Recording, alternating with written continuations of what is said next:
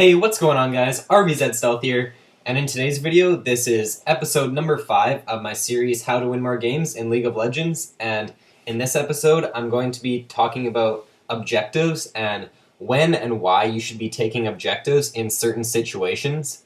I'm not going to have any gameplay for the specific example that I'm going to give you. I'm probably just going to put some LCS gameplay in the background because it would be really hard for me to find gameplay of all the situations that I'm going to talk about, and there's quite a few, so I'm just going to put some LCS gameplay in the background for you guys to enjoy. So without further ado, let's begin.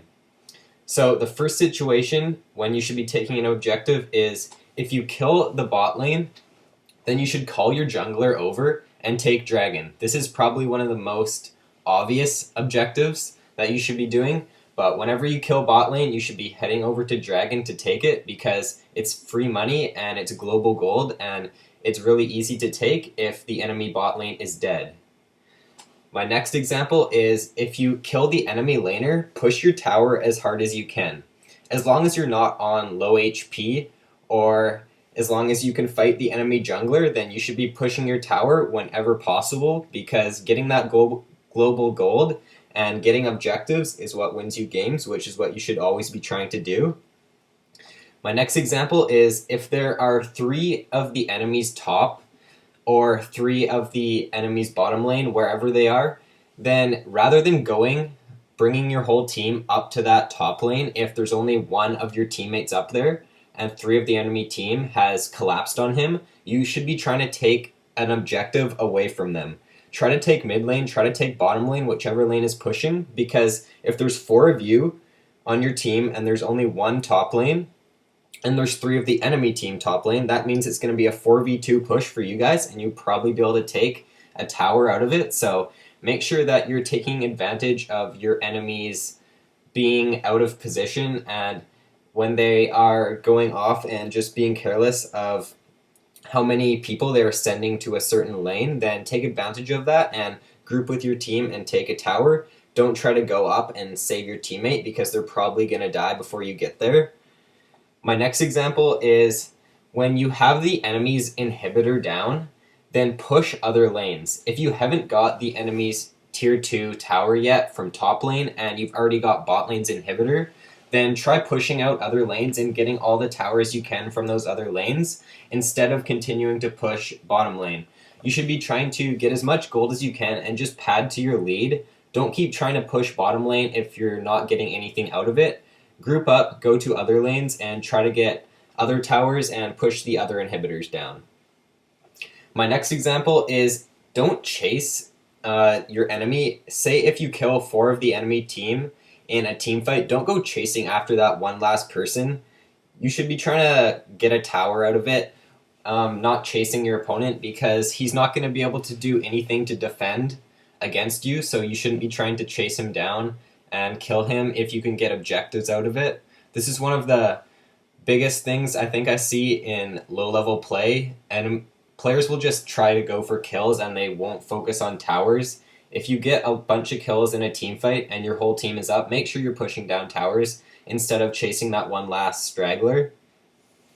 My next example is if the enemy is bot lane, or if an enemy is bot lane with no teleport, say the AD carry is farming bot and it's late game, and then you should be trying to force an objective, either top lane or you should be trying to take Baron, because there's no way that the enemy AD carry is going to be able to make it all the way across the map from bot lane to Baron if it's late game, because you're going to take Baron really quickly. So if you got to find fights that are favorable. If the enemy is bot lane, like I said, then try to take Baron because it's going to be an easy Baron if you can group with your team, because the enemy team will be at a disadvantage, and if they do come to try to fight you, then you can fight a 5v4. So make sure you're taking advantage of your enemies being careless of where they are on the map. My next example is if you ace the enemy team, push out as hard as you can. This is the only thing you should be focusing on doing. You shouldn't be farming, you shouldn't be doing anything else. You should be trying to go for towers. That's the only thing that should be on your mind, because towers are what wins you games, and you shouldn't be farming or going off to take Dragon. Towers are priority.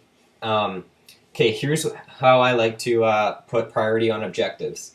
Inhibitors are first priority, towers are second, dragon or baron is third, and then dragon is fourth. You should always be trying to get towers and inhibitors, and then after you're done that, go for dragon or baron. You should never be prioritizing baron or dragon if you can get towers or inhibitors.